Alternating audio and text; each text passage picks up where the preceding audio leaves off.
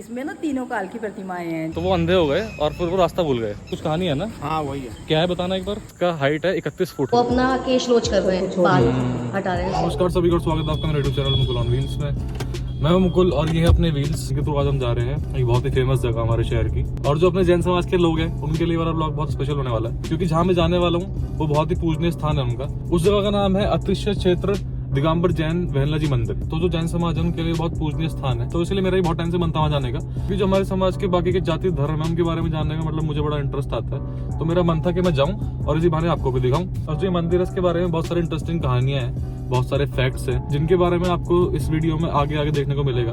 But जो सबसे बड़ी बात है वो मैं आपको बता देता हूँ, वो ये है कि वहाँ पर जो पार्श्वनाथ भगवान की जो प्रतिमा है वो 600 साल पुरानी है और वो अपने आप ही वहाँ पर उत्पन्न हुई थी। और वहाँ पर उन्हीं भगवान की एक बहुत ही बड़ी प्रतिमा है जो लगभग 30-32 फुट की है, अभी एग्जैक्ट मुझे पता नहीं है, और उसकी भी एक कहानी है अलग से। तो ऐसी ऐसी बातें और ऐसी इंटरेस्टिंग चीजें आपको इस ब्लॉग में देखने को मिलेंगी। और अभी मैं निकला हूँ और वेहला यहाँ से लगभग 20-22 मिनट दूर है मेरे घर से। तो अभी मैं निकला हूँ और मैं जा रहा हूँ अकेले आज, क्योंकि बहुत भीषण गर्मी हो रखी है और मैं नहीं चाह रहा था कि मैं मम्मी पापा को परेशान करूँ, और अपना तो एक तरह का काम है तो मैंने कहा अपने को जाना ही पड़ेगा, तो इसलिए मैं जा रहा हूँ अकेले। तो आप सभी को जय जिनेंद्र, और अब चलते हैं सीधा वेहला जी मंदिर पे। चलो फिर।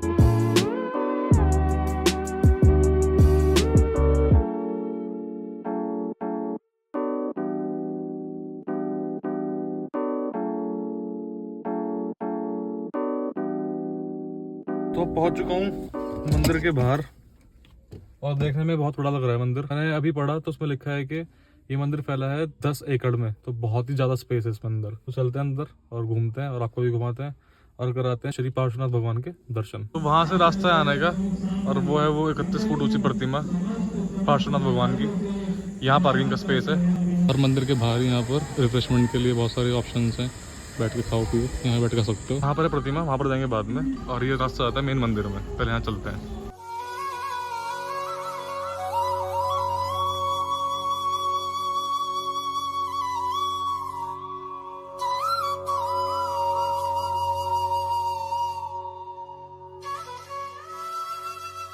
तो ये जो आप देख रहे हो मेरे पीछे, यहाँ पर है वो उनकी प्रतिमा जो आज से 600 साल पहले अपने आप ही जमीन से उत्पन्न हुई थी। उनके पहले करते हैं दर्शन, फिर बहुत सारी चीज़ें यहाँ पे वो दिखाऊंगा आपको साथ साथ। पहले भी अंदर चलते हैं।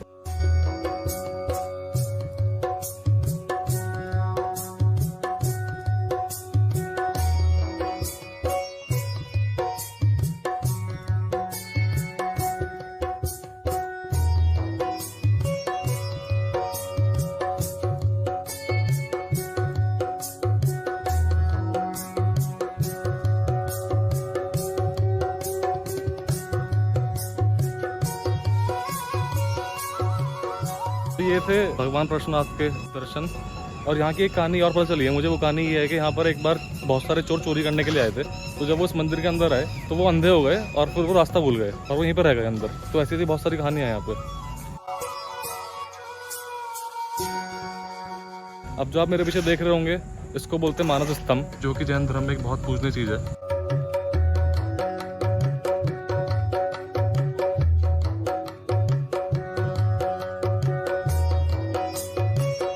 ये है कीर्ति स्तंभ, वो देखो लिखा भी हुआ है वहाँ पे कीर्ति स्तंभ है। इसके साइड में जो आप देख रहे हो ये है समाधि, और सब पे नाम लिखा हुआ है जो भी महाराज थे। जैसे कि ये नाम लिखा है 108 श्री शांति सागर जी महाराज, ये उनकी समाधि है। ऐसे करके 3, 4, 5, 6, 7 समाधि है यहाँ पे। उसमें और इसमें डिफरेंस हुआ है।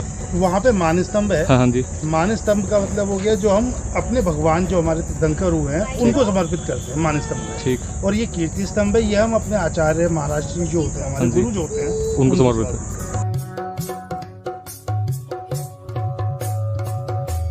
और यहाँ बच्चों के खेलने के लिए एक पार्क ही बना हुआ है और लगे में झूले।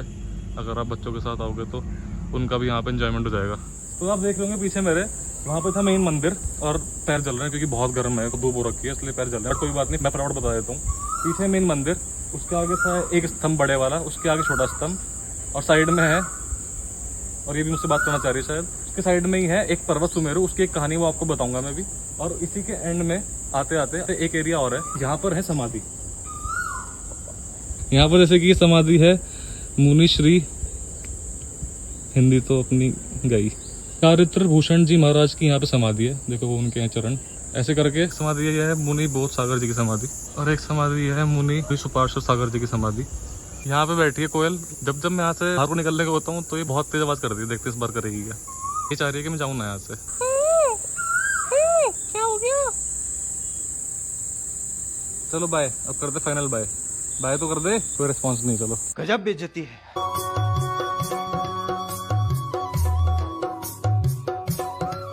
तो ये है सुमेरु पर्वत, जो मंदिर है मेन उसके जस्ट सामने। इस पर्वत की जो कहानी है वो ये है कि जब भी यहाँ पर हर साल 2 अक्टूबर को यात्रा होती है, तो यात्रा के बाद जो पार्श्वनाथ भगवान की जो प्रतिमा है उनका अभिषेक यहाँ पर होता है और फिर उनको स्थापित करा जाता है। वैसे जो सुमेरु पर्वत है ये है मोक्ष का द्वार, मतलब यहाँ पर उन्होंने मोक्ष की प्राप्ति करी थी, उसी का उन्होंने एक मॉडल बना रखा है यहाँ पे।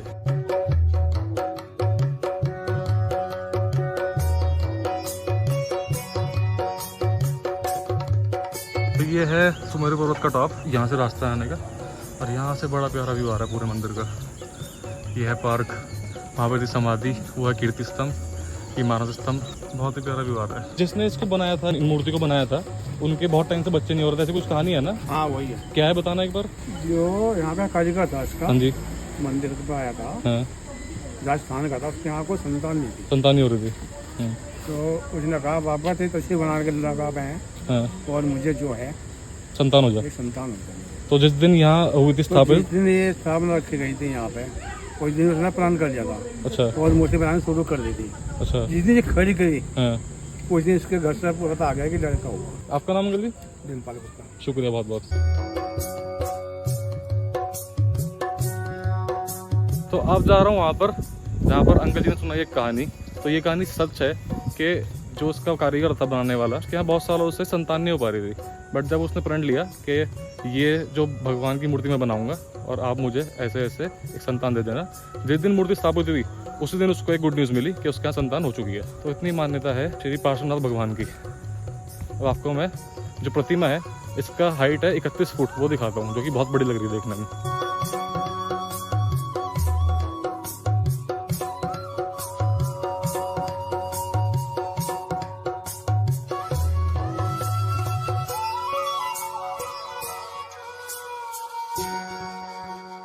तो ये है वो पार्श्वनाथ भगवान की प्रतिमा, और ये जो कोयल है शायद मेरे पीछे करते यहाँ तक आ गई।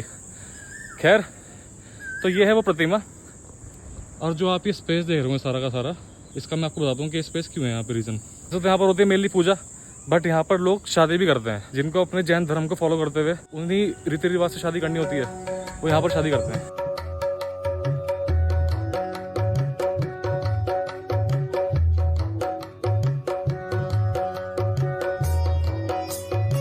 तो अभी मैं हूँ जो वो थी प्रतिमा जो आपने देखी होगी, बहुत ऊंची प्रतिमा है भगवान की, उनके नीचे ही ध्यान केंद्र बना हुआ है जिसमें भगवान 24 के नाम से बहुत सारी मूर्तियाँ लगी हुई हैं। जैसे कि यहाँ पर लगे 24, यहाँ पर है, तो यहाँ पर 24 है मेरे ख्याल से। इस साइड कुछ नहीं है, बैक साइड में फिर एक यहाँ पे है। इसमें ना तीनों काल की प्रतिमाएं हैं, जैसे भूत, भविष्य और वर्तमान। हाँ जी, हर काल में 24 ही तीर्थंकर होते हैं, ठीक। यानी कि तो 24 भगवान ही होते हैं। तो उसमें तीनों कालों की प्रतिमाएं हैं, तीनों तरफ है ना। ऐसे अच्छा, तीनों तरफ, एक इधर, एक इधर और एक इधर। भूतकाल के, जो भूतकाल में थे, भूतकाल में थे। ठीक। ये 24 तीर्थंकर हैं वर्तमान, जो वर्तमान अभी जो है, ये उनके चिन्ह है आगे। अच्छा, और जैसे अभी के जहाँ पर हमें उनका पार्श्वनाथ भगवान, पार्श्वनाथ, अच्छा, इसलिए उनके सर पे फल है। ठीक। और ये भविष्य काल। अच्छा, एक बात और बताओ भैया, जो भगवान के ऊपर वो लगे हुए नाग, सर्प, तो ऐसा क्यों?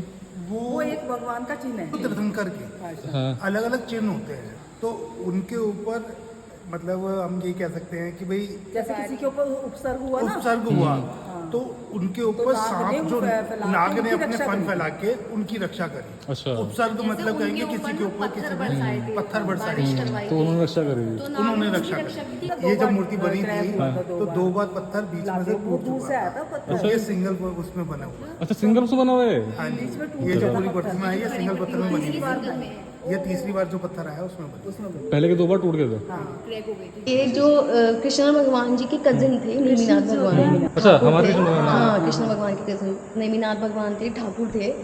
ये हमारे 21वें तीर्थंकर है, 22वें। अच्छा, 22वें।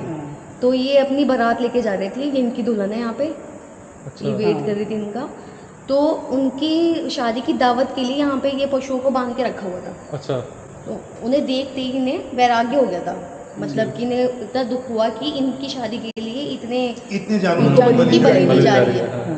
तो उन्होंने अपनी शादी करने का फैसला बदल दिया था यहीं पे। अच्छा हाँ, उन्हें इतना वैराग्य हुआ, उन्होंने वहाँ से बस शादी नहीं यहीं करी और सीधे दीक्षा के लिए दीक्षा के लिए सीधा पर्वत पे चले गए थे, पर्वत। दीक्षा लेने के लिए। वहाँ पे जाके फिर उन्होंने वो तप किया और फिर उन्होंने वहाँ जाके दीक्षा ली। वो जो ऊपर है ना, वो अपना केश रोज कर रहे हैं, बाल हटा रहे हैं सिर के, तो उन्होंने वहाँ पे दीक्षा ले ली थी। इतना संसार, वो देखो वो लेके ना अपना पानी वो पर्वत पे चढ़ रहे हैं। गिरनार जी है ना गुजरात में, वहीं गए थे वो अच्छा। के लिए। गिरनार जी के पर्वत जो है, पूरी कहानी मतलब इसमें दिखा दी पूरी। हाँ, एक छोटी सी कहानी इसमें दिखा दी। वो बारात आ रही है पीछे से पूरी। शुक्रिया बहुत बहुत। आपका नाम? कनुप्रिया जैन। अच्छा भैया, शुक्रिया बहुत बहुत, थैंक यू, बहुत बहुत शुक्रिया। अच्छा नमस्ते। मंदिर के परिसर में ही बाहर एक मेडिकल फैसिलिटी भी है जिसका नाम है लाला छत्रसेन जैन मेमोरियल प्राकृतिक चिकित्सा योग एवं शोध संस्थान। यानी कि यहाँ पर नेचुरल तरीके से आपकी जो घुटनों की दिक्कत या फिर बॉडी में कोई भी दिक्कत होती है उनका इलाज होता है। अगर आप कहीं दूर से आते हो तो मंदिर में ही स्टे करने के भी ऑप्शंस अवेलेबल हैं, जैसे कि ये एसी रूम देख रहे होंगे आप, ये अच्छा खासा रूम है, इसमें आप अपने लोग समाज के साथ रुक सकते हैं। और बेस्ट पार्ट ये है कि साथ में खाना भी निःशुल्क मिलता है। यहाँ बाहर ही आपको मिल जाएंगे होममेड आइटम जैसे कि चूरण, अचार टाइप के। पंकज हिंदुस्तानी हास्य वयन कवि शामली। हास्य का भी है भैया है। और कहाँ के रहने वाले हो? शामली के? शामली शामली के रहने वाले भैया। तो यहाँ से आप लेके जा सकते हो बहुत सारे ऐसे आइटम घर के लिए अपने। भैया कह रहे हैं कि जरा एक बार चक्के देखो, है क्या जी? खजूर, शाही खजूर शाही खजूर, शाही खजूर, पान, अच्छा पान है, पान कैसे पड़ देगा छोटा सा पान। अल्टीमेट है तो बढ़िया भैया, मानना पड़ेगा भैया। पान खा के मजा आ गया, पान मुंह में अभी तक, और पूरा मंदिर के दर्शन करके मजा आ गया। बहुत अच्छा लगा, बहुत नई नई चीज़ें सीखने को मिल रही। जो वो फैमिली मिली थी उनको भी शुक्रिया बोलना चाहूँगा कि आप लोग आए और आपने मुझे इतनी इंटरेस्टिंग बातें बता दी। और एट द एंड ये बोलना चाहूँगा कि मुझे, जैसे कि मैंने कहा था कि मुझे और धर्म के बारे में जानने का मन करता है, बट अगर मुझसे कुछ भूल चुक हुई हो तो भैया माफ़ी दिल से। आप लोग लिख के बता देना कि भाई ये भूल चुक हुई है आपसे। तो इसी के साथ फिर इस व्लॉग का पेंट करते हैं। अगर आपको व्लॉग अच्छा लगा हो तो नीचे एक बटन आ रहा होगा लाल रंग का सब्सक्राइब का, उसको दबा देना। उसके बराबर में बेल आइकन होगा, उसको प्रेस कर देना और ऑल पे सेट कर देना। अब मिलते हैं सीधा अगले व्लॉग में, तब तक के लिए बाय बाय।